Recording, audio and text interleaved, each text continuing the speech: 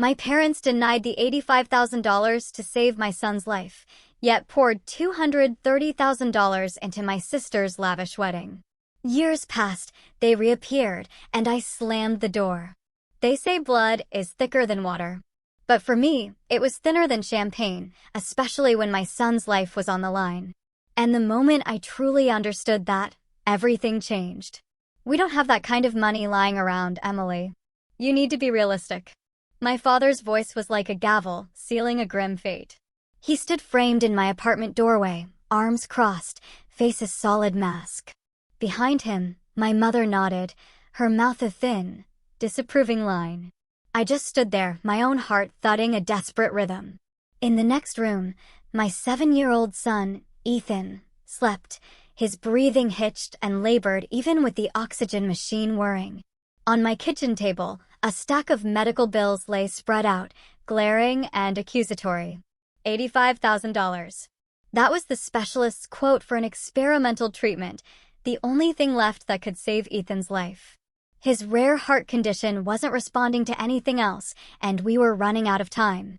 I'm Emily, I'm 31, and I'm a middle school science teacher in Columbus, Ohio, raising Ethan alone.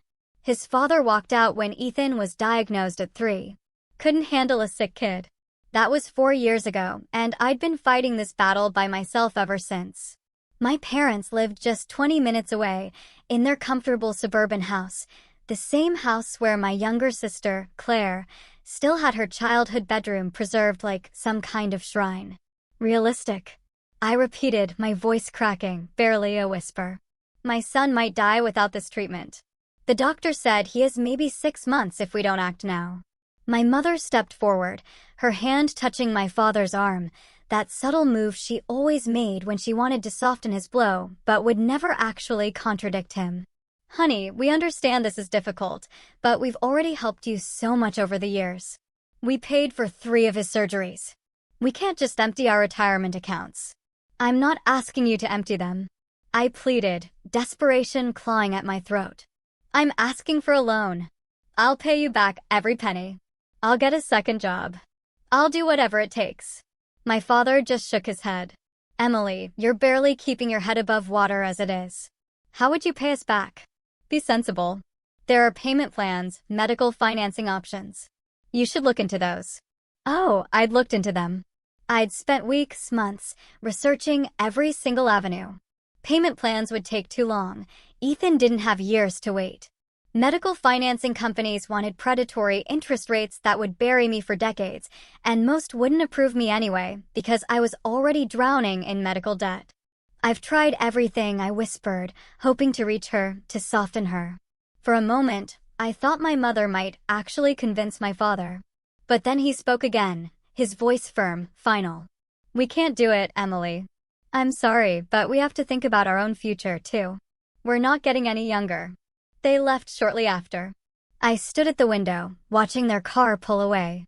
The weight of their refusal settled over me like a suffocating blanket. I walked into Ethan's room and sat beside his bed, listening to the steady hiss of the oxygen machine. His small chest rose and fell unevenly. He looked so peaceful in sleep, utterly unaware that his own grandparents had just sealed his fate. The next day, I made calls. Every family member I could think of, distant cousins, my mother's siblings, anyone who might help. Most offered sympathy and small amounts that wouldn't even make a dent. My Aunt Teresa sent $500 with a note saying she wished it could be more. I appreciated every single penny, but it was like trying to fill an ocean with a teaspoon.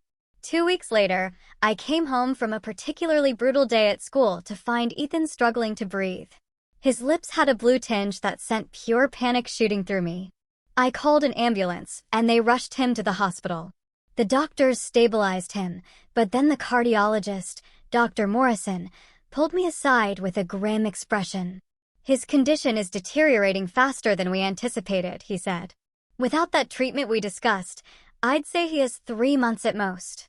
Maybe less. I nodded numbly, unable to speak past the lump in my throat. 3 months?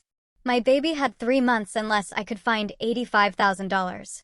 That night, I started a crowdfunding campaign, pouring my heart into the description, sharing photos of Ethan's bright, Hopeful smile from before he got so sick.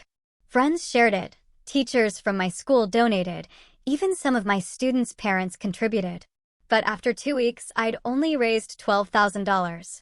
It wasn't even close. Then came the phone call from Claire. My sister's voice was breathless with excitement. Emily, I have the most amazing news. Jeffrey proposed. We're getting married. I tried to muster some enthusiasm despite the crushing heaviness in my chest. That's wonderful, Claire. Congratulations. I know, right? And Mom and Dad are being so incredibly generous. They're paying for the whole wedding. Can you believe it? They said we can have whatever we want. No budget limits. Jeffrey and I are thinking a destination wedding. Maybe Italy or the south of France. Oh, Emily, it's going to be absolutely perfect. My hand tightened around the phone. No budget limits? None, she gushed. Dad said this is his little girl's special day and nothing is too good. We're meeting with wedding planners next week. The wedding won't be for another year, but we want to start planning now to make sure we get exactly what we want. I stood there in my tiny apartment, medical bills stacked on every surface, my son fighting for every single breath in the next room, and listened to my sister gush about her unlimited wedding budget. Something cold and hard formed in my chest. A seed of understanding that would take root and grow in the months to come. The months that followed were a blur of hospital visits and mounting despair. I maxed out every credit card I owned, took out personal loans at predatory interest rates, and sold everything of value I possessed. My grandmother's ring, the one thing of my own mother's I'd been given, went to a pawn shop for $800. My car got downgraded to a 15-year-old sedan that barely ran. I moved from my one-bedroom apartment to a studio to save on rent. Through it all, every family dinner, every phone call, every interaction somehow circled back to the wedding. My parents were consumed with it, attending tastings at five-star restaurants, touring venues in Tuscany via video call, discussing floral arrangements that cost more than my monthly salary. I tried to be happy for Claire. I really did. She was my little sister, and there had been a time when we were close. But that closeness had faded over the years as it became clear that our parents saw us very differently. Claire was the golden child, the one who did everything right. She graduated college with honors, landed a prestigious job at a marketing firm, dated the right kind of men from good families. I was the one who got pregnant at 23 by a man who turned out to be worthless, who chose teaching instead of a more lucrative career, who couldn't even keep her son healthy. One evening in July, my mother called me. Emily, honey, we need to talk about the wedding. What about it? I was exhausted, having just finished a summer school session and spent 3 hours at the hospital with Ethan. Well, Claire wants you to be a bridesmaid, of course. But the dresses are going to be about $300, and we need you to order yours soon. $300. I did the math in my head. That was almost enough for 2 weeks of Ethan's medications. I don't know if I can afford that right now. There was a pause. Emily, this is your sister's wedding. I know, but things are really tight. Ethan's medical expenses. You're always talking about Ethan's medical expenses, my mother interrupted, her voice taking on an edge. I understand he's sick, but life goes on for the rest of us. This is Claire's special day. I closed my eyes. Can I think about it? The deadline for ordering is next week. Claire has her heart set on having you in the wedding party. After we hung up, I sat in the dark of my studio apartment and cried. How had it come to this? How had my family become so blind to what was happening? My son was dying, and they were worried about bridesmaid dresses and seating charts. Ethan's condition continued to decline. The experimental treatment was no longer an option. We'd missed the window. The doctors shifted to palliative care, focusing on keeping him comfortable. Every day, I watched my son fade a little more, his bright spirit dimming along with his physical strength. He stopped asking when he could go back to school. He stopped talking about wanting to be a scientist when he grew up. He knew, in the way children somehow know, that he was running out of time. I took a leave of absence from teaching to be with him. My principal was understanding, but it was unpaid leave, which meant my already precarious financial situation became catastrophic. I applied for every assistance program, every grant, every charity I could find. Most had waiting lists months long or criteria I didn't meet. In September, 5 months after my parents refused to help, Claire's bachelorette party happened. My mother called to tell me all about it. They'd rented a villa in Napa Valley for spa treatments, a private chef. It was absolutely magical, my mother gushed. Claire was so happy. You should have seen her face. How much did it cost?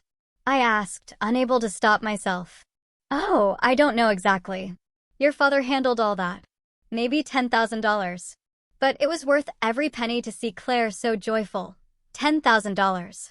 More than a tenth of what could have saved Ethan, spent on a single weekend. I felt something inside me crack. A foundation of familial loyalty that I'd been clinging to despite everything. That sounds wonderful, I said flatly. You know, Emily, I wish you'd try to be more excited about this wedding. Claire feels like you're not really supporting her. I laughed, a harsh sound that startled even me. Claire feels I'm not supporting her? She does. She's noticed you've been distant, and you still haven't confirmed whether you'll be a bridesmaid. I can't afford the dress, Mom. I told you that. Well, maybe if you managed your money better, you wouldn't always be in this position. The words hung in the air like poison. Managed my money better. As if I had been spending frivolously instead of fighting to keep my child alive. As if the crushing weight of medical debt was some kind of personal failing, rather than the result of a broken healthcare system and a family that chose fancy parties over their grandson's life. I have to go, I said. Ethan needs me. Of course he does, my mother replied, and I heard the unspoken judgment in her tone. You know, Emily, maybe if you weren't so focused on Ethan's problems all the time, you'd be able to enjoy life more. Claire manages to balance everything so well. I hung up without saying goodbye. October brought a cold snap that seemed to settle into my bones. Ethan was in and out of the hospital, his small body fighting a battle it couldn't win. The doctors spoke in hushed tones about weeks, not months. I spent every moment I could beside his bed, reading him his favorite books, telling him stories about what heaven might be like, holding his hand through the pain. My parents visited occasionally, usually on their way to or from some wedding-related appointment. They'd stay for 20 minutes, pat Ethan's hand awkwardly, and leave with expressions of relief. It was hard to watch their discomfort around their dying grandson. Hard to see how eager they were to escape back to the happier world of wedding preparations. Claire came once. She stood in the doorway of Ethan's hospital room, perfectly dressed in designer clothes that probably cost more than my rent, and barely made it 5 minutes before claiming she had to leave for a dress fitting. He's so thin, she whispered to me in the hallway, as if this was news, as if I hadn't watched my son waste away day by day. Yes, I said simply. It must be so hard for you. She touched my arm in a gesture that might have been meant as comfort, but felt performative. But you're so strong, Emily. You always have been strong. I'd heard that word so many times in the past year, usually from people who were relieved they didn't have to be. Strong enough to handle this alone. Strong enough not to need help. Strong enough to watch your child die while your family spent a fortune on a party. The wedding is in 3 weeks, Claire continued. I really hope you'll reconsider being a bridesmaid. It would mean so much to me, and it might be good for you. You know, a chance to celebrate something happy, to have a break from all this. A break. As if I could take a vacation from my son's death. As if I could put on a smile and an overpriced dress and pretend everything was fine while Ethan fought for every breath. I'll think about it, I lied, because it was easier than explaining how her words made me feel. The wedding invitations had arrived at my apartment 2 months earlier. Heavy cardstock with gold embossing. The invitation suite alone probably cost $50 per guest. I did the math automatically now, converting everything into medical treatments we couldn't afford. The invitations could have been a month of physical therapy. The venue deposit could have been a year of medications. I learned later that the final cost of Claire's wedding was $230,000. $230,000. The number echoed in my head like a scream. They'd spent nearly 3 times what could have saved Ethan's life on a single day of celebration. The venue alone cost $80,000, roughly what I begged for. The flowers were $15,000. The food was $40,000. The dress was $12,000. I learned these numbers gradually, through overheard conversations and my mother's casual mentions. She had no idea what each figure did to me. How every dollar amount felt like a knife wound. Or maybe she did know and simply didn't care.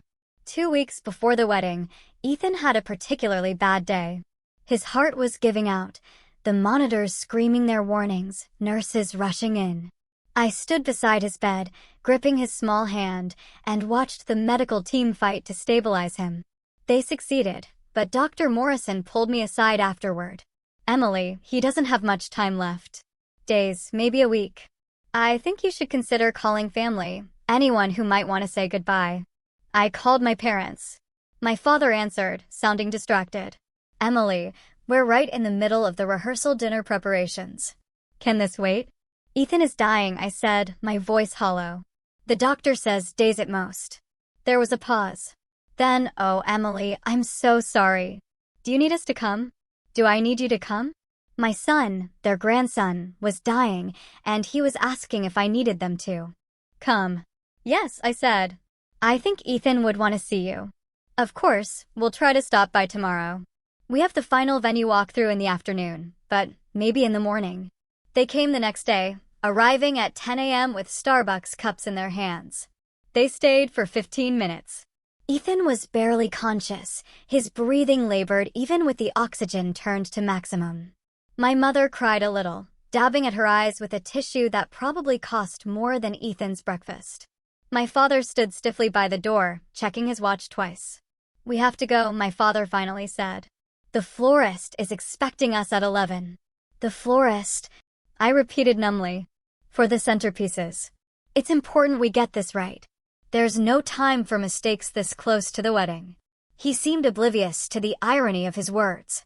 Standing in a room where the ultimate mistake, choosing flowers over family, was about to claim its final victim. They left with promises to come back soon. Promises I knew they wouldn't keep. Claire never came to say goodbye to her nephew. She was too busy with last-minute wedding emergencies, like the fact that the string quartet she'd hired had a cellist who'd fallen ill and been replaced. This was apparently a crisis worth multiple frantic phone calls. Ethan died on Tuesday morning, 3 days before Claire's wedding. He slipped away quietly in his sleep, his small hand in mine. The nurse who pronounced him dead cried more than my parents would when I called to tell them. My mother's first words after I told her Ethan was gone, "Oh no. Oh, Emily, no." What terrible timing. Terrible timing. Because the funeral would interfere with their wedding. The grief was overwhelming, but beneath it, I felt something else growing. A cold, patient understanding. They'd made their choice. Now, I would make mine. The funeral was scheduled for Friday, 2 days before Claire's Sunday wedding. I didn't ask my parents to change the wedding date. I didn't ask Claire to postpone. I knew what the answer would be, and I didn't have the energy to hear them explain why their party was more important than my son's burial. What I didn't expect was for them to ask me to change the funeral. My mother called Wednesday evening. "Emily, honey, we need to talk about the funeral arrangements." I was sitting in Ethan's room, surrounded by his things. His favorite dinosaur poster. His collection of rocks he'd found at the park.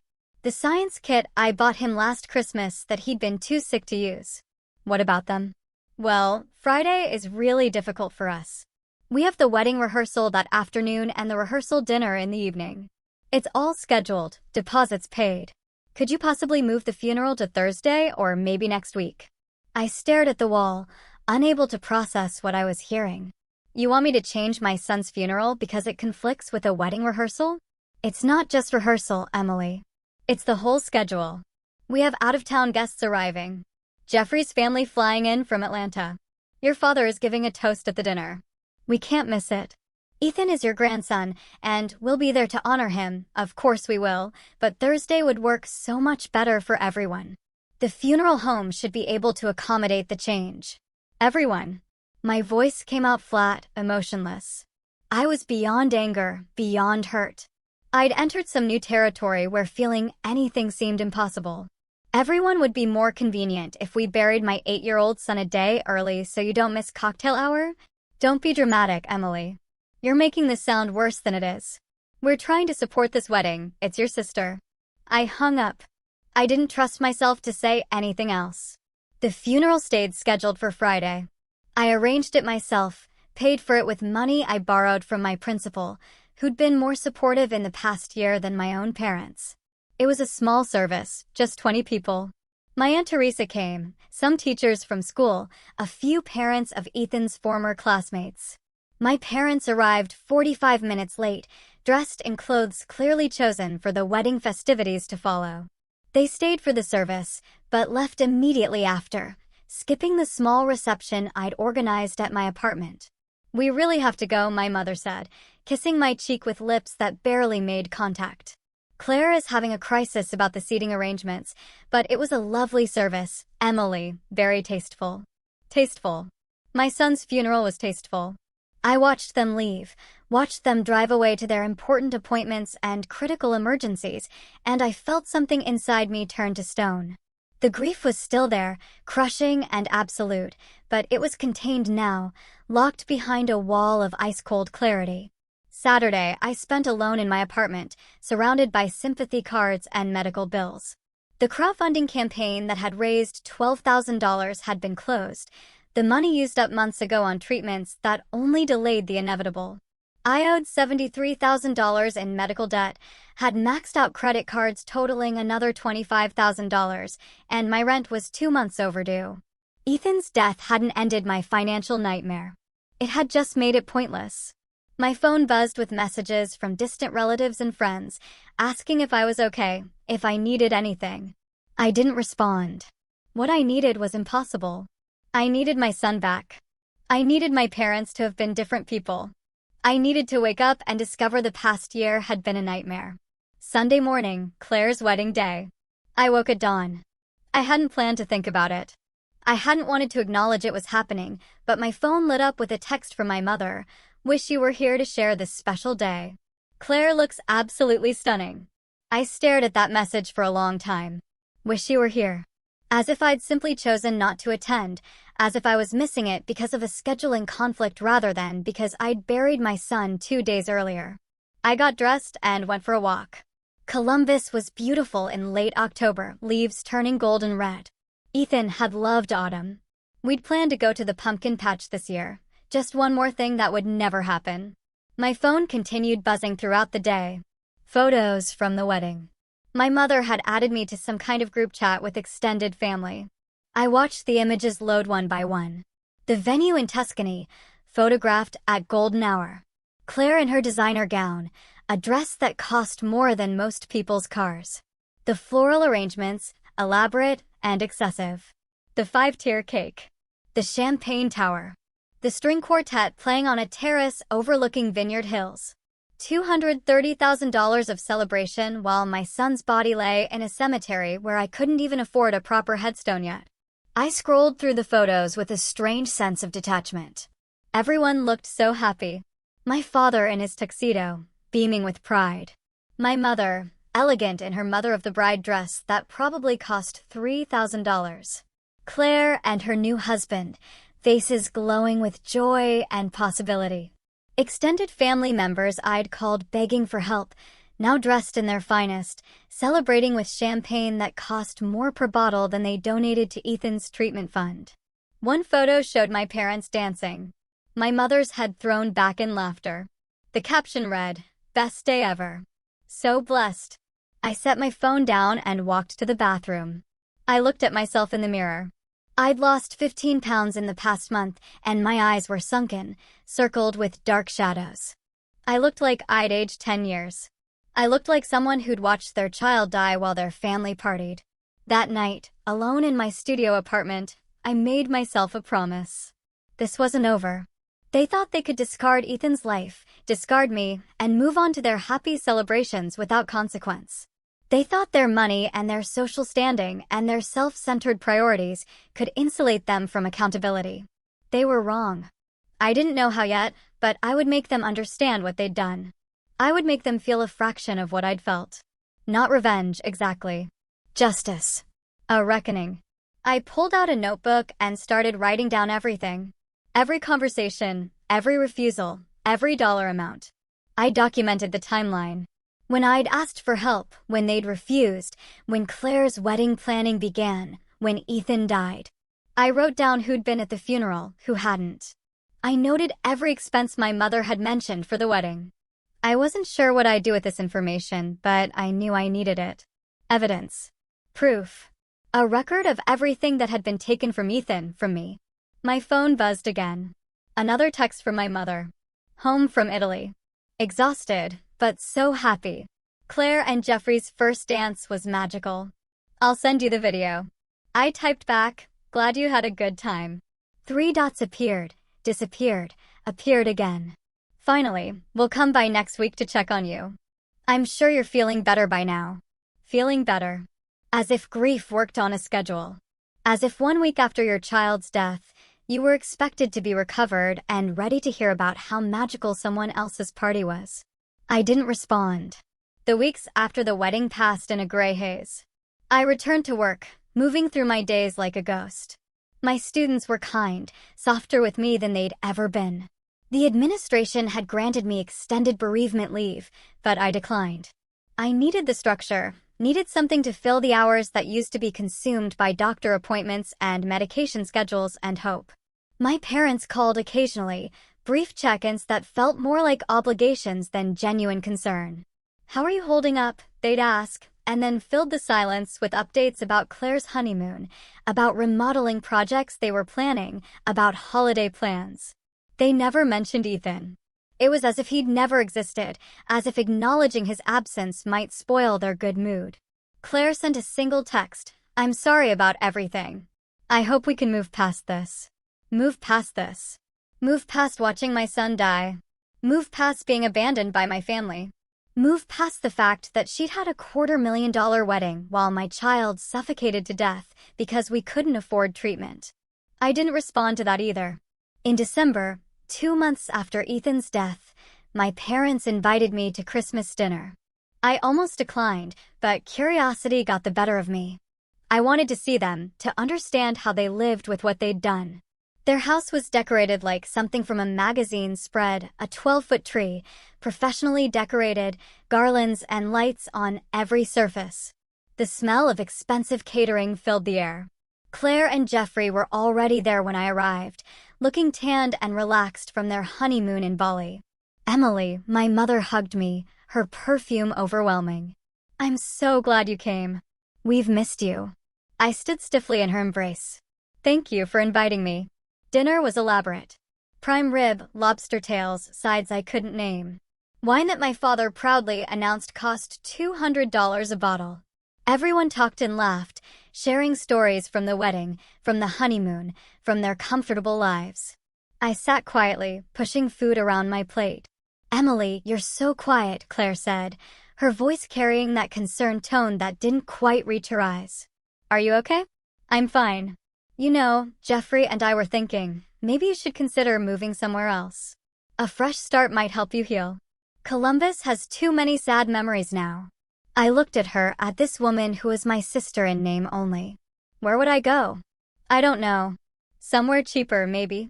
I know you're struggling financially. Jeffrey's company has an office in Kansas City. Cost of living is much lower there. We could help you find something. Help me move away. Remove the uncomfortable reminder of their choices. I'll think about it, I said. Another lie. My father cleared his throat. Emily, your mother and I have been discussing your situation. We think you need to consider bankruptcy. It's the responsible thing to do, given your debt. Bankruptcy for your medical bills. You'll never pay them off on a teacher's salary. Better to just wipe the slate clean and start over. Start over. As if Ethan was a mistake to be corrected, a financial error to be written off. We could help you find a good bankruptcy attorney, my mother added. Your father knows several. I set my fork down carefully. You know what would have helped? $85,000 15 months ago. The table went silent. Claire looked at Jeffrey uncomfortably. My mother's smile froze in place. Emily, my father said, his voice carrying a warning. We've been over this. Have we? Because I don't remember us ever really discussing it. You said no. And that was it. We made a difficult decision based on our financial situation. Your financial situation? I gestured around the room. This doesn't look like financial difficulty.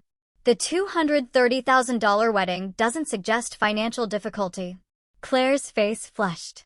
That's not fair, isn't it? I stood up, my chair scraping against their expensive hardwood floor. You spent almost 3 times what could have saved Ethan's life on a single day. A party. Flowers and cake and a dress you'll wear once. Emily, that's enough, my father said, standing as well. His face was red. Angry. We made the choice we thought was right. We're not going to apologize for supporting your sister's happiness. And Ethan's life? What about supporting that? He was sick, my mother said, her voice shaking. The doctors said there was no guarantee the treatment would work. We weren't going to throw away money on something that might not even help. But you'd throw away twice that much on party favors and centerpieces that went in the trash the next day? Get out, my father said. If you're going to be disrespectful, you can leave. I grabbed my coat. Don't worry, I'm going. You're just bitter because your life didn't turn out the way you wanted. Claire called after me. It's not our fault you made bad choices. I stopped at the door and turned back. They were all standing now, a unified front against me. My parents, my sister, her husband, all of them comfortable, secure, righteous in their positions. Bad choices, I repeated, like trusting family, like believing blood meant something, like thinking you'd choose your grandson over a party. I walked out into the cold December night and got into my beat-up car. I sat there for a moment, watching through the window as they settled back down to their expensive dinner, probably already dismissing me as dramatic, unstable, ungrateful. That was the last time I spoke to any of them for 4 years. Life continued, because that's what it does. I declared bankruptcy, as my father had suggested, wiping out most of my medical debt but destroying my credit for years to come. I moved to a cheaper apartment in a worse neighborhood. I took on tutoring jobs in the evenings and summers to make ends meet. I existed, but I didn't live. I also planned. I couldn't touch them yet. I was too powerless, too broken, too consumed with grief and survival. But I was patient. I watched from a distance, following their lives through social media accounts they didn't realize I could still see. I documented everything, adding to my notebooks. I waited. Claire got pregnant a year after her wedding. My mother posted constant updates about the pregnancy, the baby shower, the nursery preparations. The baby, a girl named Sophia, arrived healthy and perfect. The photos showed my parents beaming, holding their first grandchild, as if Ethan had never existed, as if Sophia was their first and only. I saw one comment on my mother's Facebook post from a distant cousin, your first grandchild. So exciting. My mother's response, yes, we're over the moon. Not a correction, not even an acknowledgement that another grandchild had existed, had died, had mattered. Ethan had been erased from the family narrative. I took a screenshot and added it to my collection. 2 years after Ethan's death, I went back to school, online classes at night, working toward a master's degree in education administration. I was promoted to assistant principal after 3 years. The salary was very good. I was building something slowly and deliberately. I also started saving money. Every extra dollar went into a separate account, one I never touched. I didn't know what I was saving for exactly, but I knew I'd need resources eventually. Power required capital. During those years, my parents tried to reach out occasionally. Birthday cards with generic messages. Christmas gifts sent through the mail, usually gift cards to stores I didn't shop at. My father called once to tell me they'd set up a small college fund for Sophia and wondered if I wanted to contribute. I hung up on him. Claire sent a birth announcement when she had her second child, a boy named Jackson. The card featured a professional photo of their perfect family, expensive clothes, and genuine smiles. On the back, someone had written, "Hope you're doing well," as an afterthought. I kept every card, every announcement, every casual dismissal evidence. For years after Ethan's death, I was principal of a successful middle school, earning enough to live comfortably. Though I still kept my lifestyle modest, I'd rebuilt myself from nothing. Created a life that had purpose and meaning, even without the person who'd given it both. I'd also continued following my family's activities. Claire's husband, Jeffrey, had been promoted to vice president at his company. They'd bought a larger house in an exclusive neighborhood. My parents had taken up golf, joining an expensive country club. They traveled frequently, posting photos from beaches and European cities. Life was good for them, better than good. Then, in early spring, something changed. I got an email from an address I didn't recognize. The subject line read, "Important Family Matter." I almost deleted it as spam, but something made me open it. "Emily, this is your Aunt Teresa. I'm reaching out because I thought you should know that your father lost his job 3 months ago. He's been trying to keep it quiet, but the situation is serious. His entire retirement account was invested in his company's stock, which collapsed when the company went bankrupt. Your parents have lost almost everything. They're facing foreclosure on their house. I know you and they aren't close, but I thought you'd want to know. Your father is too proud to ask for help, but they need it. Please call me if you can. Love, Teresa." I read the email 3 times. Then I went to my computer and started searching. It didn't take long to find the news articles.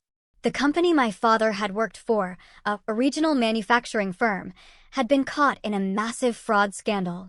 The CEO was facing federal charges. The company had declared bankruptcy, and thousands of employees had lost their jobs and their retirement savings.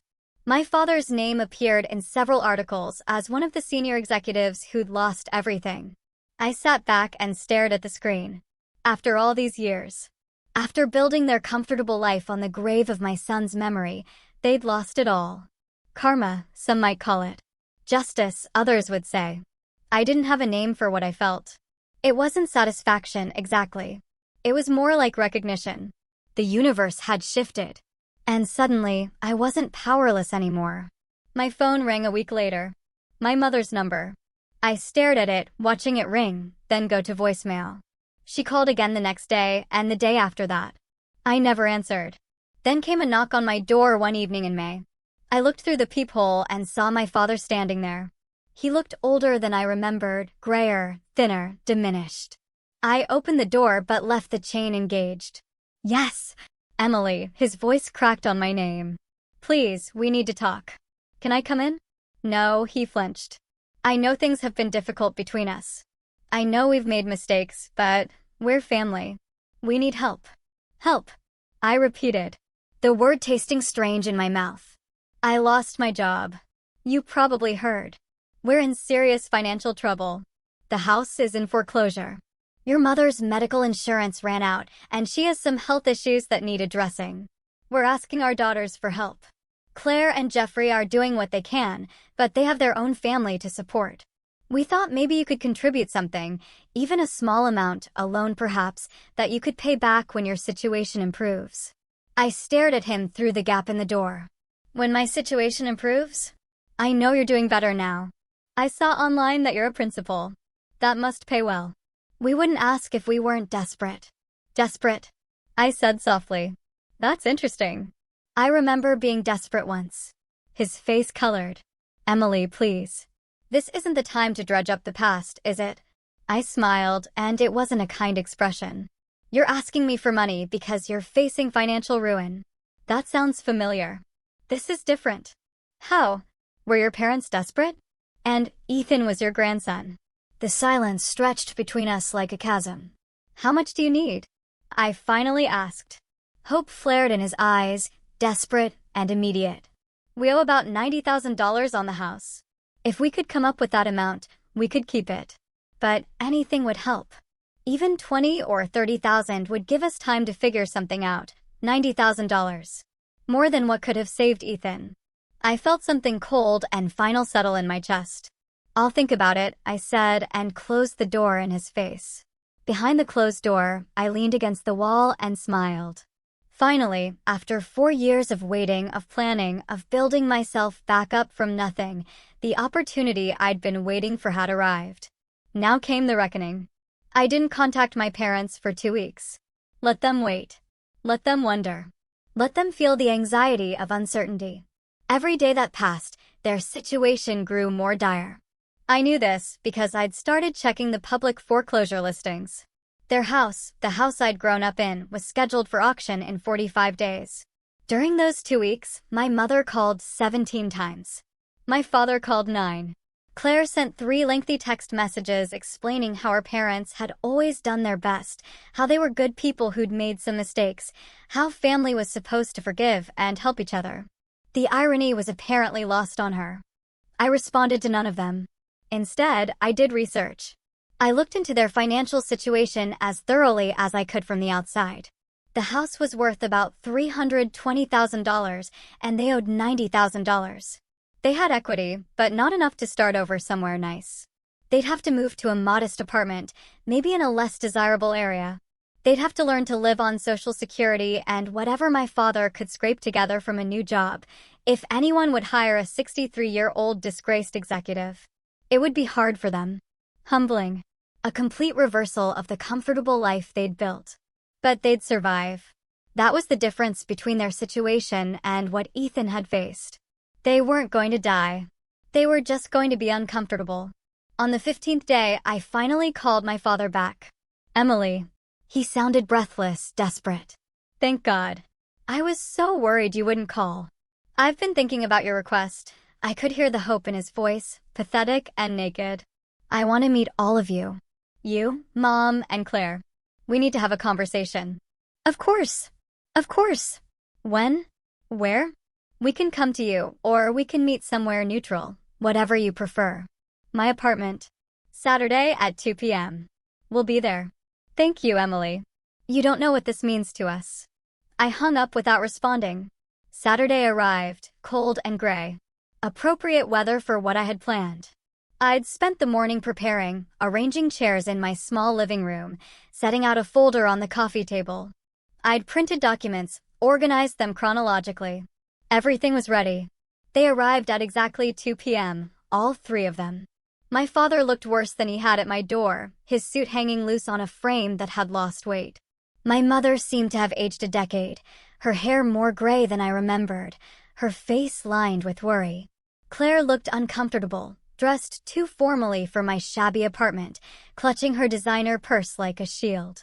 "Emily," my mother said, moving as if to hug me. I stepped back. "Sit down." They arranged themselves on my second-hand couch, sitting close together like children called before a principal, which I suppose they were. I remained standing. "You asked me for $90,000. We know it's a lot," my father started. "But we're prepared to offer collateral, to sign a formal loan agreement. We'd pay you back with interest." "How?" I asked flatly. "You have no income. Mom doesn't work. What would you use to pay me back?" "I'm looking for work. Something will come through." "At 63, with your reputation attached to a fraud scandal?" He flinched. "That wasn't my fault. I had no idea what the CEO was doing. Ignorance isn't innocence. You were a senior executive. You should have known." I picked up the folder from the coffee table. "But we're not here to discuss your career failures. We're here to discuss your request for money. Will you help us?" my mother asked, her voice small. "That depends. I have some questions first." I opened the folder and pulled out the first document. "Do you remember this conversation?" "May 16th, 4 years ago. I came to you and asked for $85,000 to pay for Ethan's treatment." My mother's face went pale. "Emily, we've been over this." "Have we?" "Because I don't think we have." "Not really." "Not honestly." I held up the document, a printout of my original crowdfunding page with the treatment cost clearly listed. $85,000. You told me you couldn't afford it, that you had to think about your own retirement, that I needed to be realistic. "We made the best decision we could at the time," my father said stiffly. "Did you?" I pulled out another paper. "This is a receipt from Claire's wedding planner. Total cost of services, $230,000. Paid in full by you. 18 months after you told me you couldn't afford $85,000 to save your grandson's life." Claire stood up. "This isn't fair. You're twisting everything." "Sit down," I said, my voice hard enough that she obeyed. "I'm not finished." I pulled out more documents, laying them on the coffee table one by one. Wedding venue, $80,000. Flowers, $15,000. Catering, $40,000. Dress, $12,000. Photographer, $8,000. Bachelorette party, $10,000. Should I continue? "What do you want from us?" my father demanded. An apology? Fine. We're sorry. We made a mistake. Is that what you want to hear? A mistake? I repeated softly. You think choosing a party over your grandson's life was a mistake? We didn't know he was going to die, my mother whispered. Yes, you did. The doctors told you. I told you. You knew. And you didn't care enough to help. I pulled out another document, the one that hurt most to look at. A photo of Ethan in his hospital bed, taken 2 weeks before he died. This is what $85,000 would have saved. This child, your grandson. Remember him? My mother started crying. Claire looked away. My father stared at the photo with an expression I couldn't read. Emily, please, my mother said through her tears. We know we failed you. We know we should have done more. But we can't change the past. We can only ask for your mercy now. Mercy, I placed the photo back in the folder carefully. That's interesting. I don't remember receiving much mercy when I begged you for help. When I sold everything I owned, when I maxed out every credit card. When I moved to a studio apartment and ate ramen so I could afford Ethan's medications. We didn't understand how bad it was, my father said. Didn't you? I told you multiple times. I showed you the medical bills. I explained that without treatment, he would die. What part of that was unclear? Silence. But you understood perfectly well how important Claire's wedding was. You understood that the centerpieces needed to be exactly right, that the venue had to be perfect, that your daughter deserved the best money could buy. I sat down across from them, my voice calm and measured. Here's what I've learned in the past 4 years. You didn't help Ethan because you didn't want to. It wasn't about the money. You had the money. You proved that. It was about choice. You chose what mattered to you. That's not true. Claire protested. They were trying to protect their retirement. Were they? Because they spent almost 3 times their retirement concerns on your wedding. Math doesn't lie, Claire. Priorities don't lie. My father leaned forward. Emily, I understand you're angry. You have every right to be, but are you really going to punish us now, when we need you most? Are you going to be as cruel as you think we were? Cruel, I said, tasting the word. Is it cruel to make choices based on what matters to you? Is it cruel to decide that your resources should go toward your own priorities rather than someone else's crisis? Because that's what you taught me. That's the lesson you gave me when Ethan was dying. So, you won't help us? My mother said flatly. I didn't say that. I picked up the folder and pulled out a check I'd prepared. I'm willing to give you $90,000. Hope bloomed on their faces, desperate and immediate. However, I continued. There are conditions. Anything, my father said quickly. We'll sign whatever you want. Payment plans, interest, collateral. It's not about payment. I set the check on the table between us. It was made out for $90,000, dated for today. The first condition is that you acknowledge, here and now, that you chose Claire's wedding over Ethan's life, that you had the money and refused to help. I want to hear you say it. They stared at me. Claire looked at her parents. You don't have to do this. She's trying to humiliate you. Yes, I agreed. I am. Just like you humiliated me when I begged for help. When I stood in your doorway with medical bills and you told me to be realistic. When I buried my son alone because you had a rehearsal dinner. So yes, I want you to say it out loud that you made a choice and Ethan died because of it. My mother was crying harder now. My father's face was red, but they needed that check. They needed it desperately. We chose the wedding, my father finally said, his voice barely audible. We had the money and we chose to spend it on Claire's wedding instead of Ethan's treatment. And? I prompted. And he died because we didn't help. Mom, I looked at my mother. We should have helped you, she whispered. We should have saved him. We were wrong. I turned to Claire. And you? What's your role in this? I didn't know, she said quickly. I didn't know they'd refuse to help Ethan. Didn't you? You never wondered where the money for your elaborate wedding came from?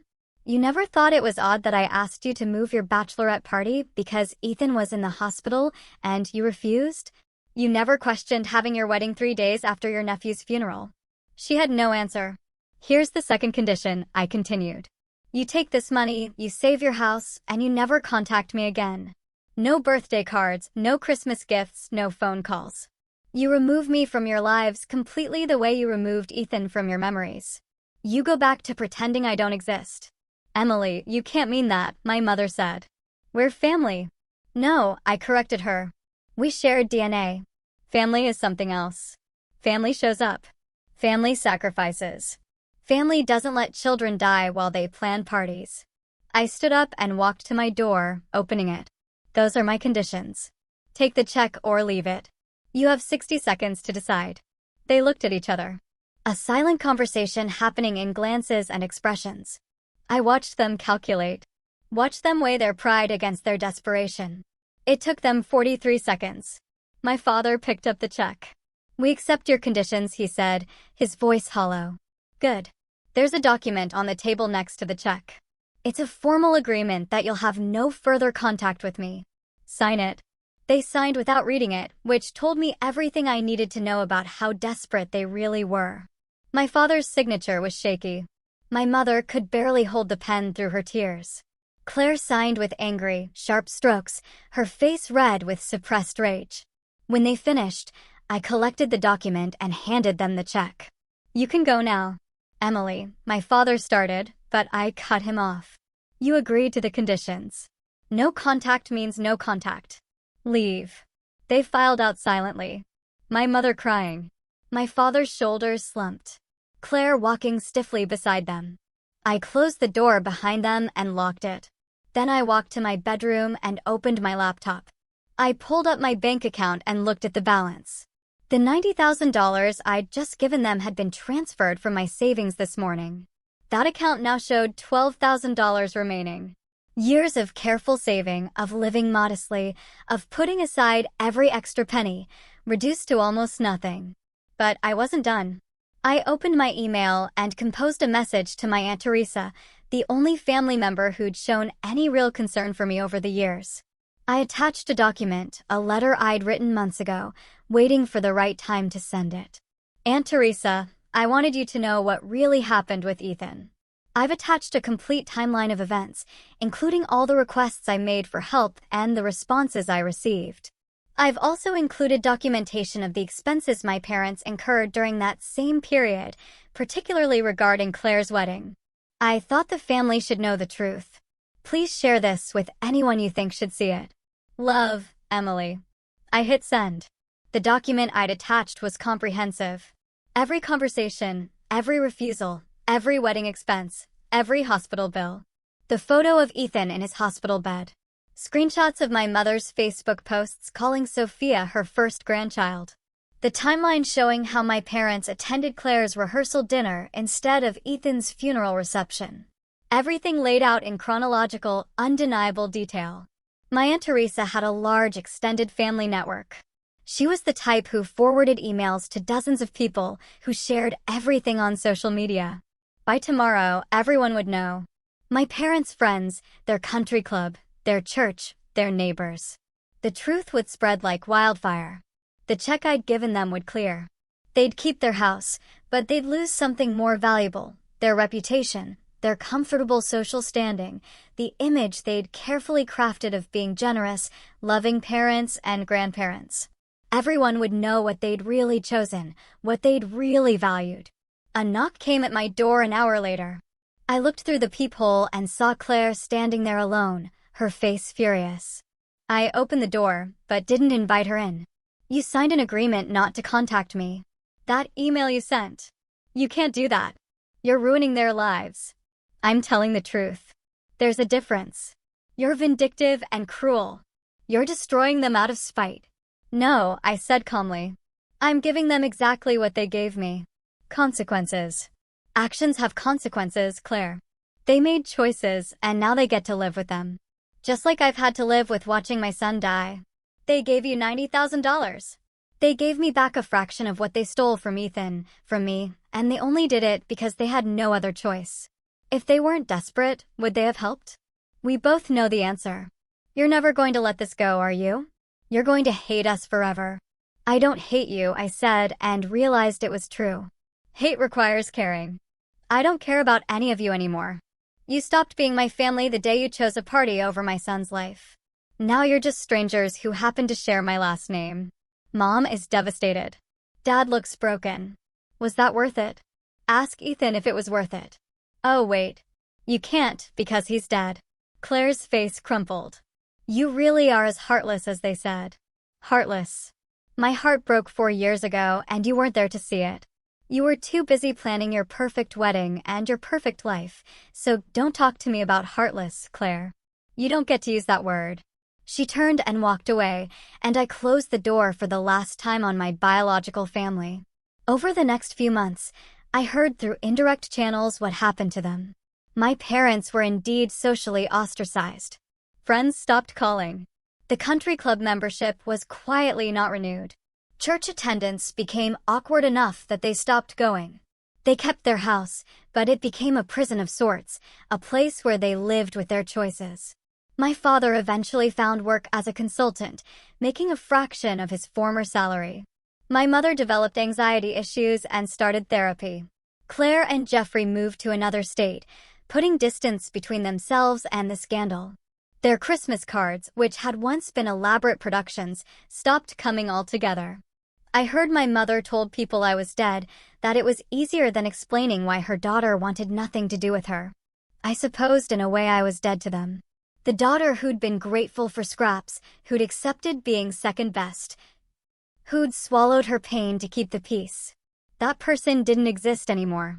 As for me, I continued building my life. I dated eventually, though carefully.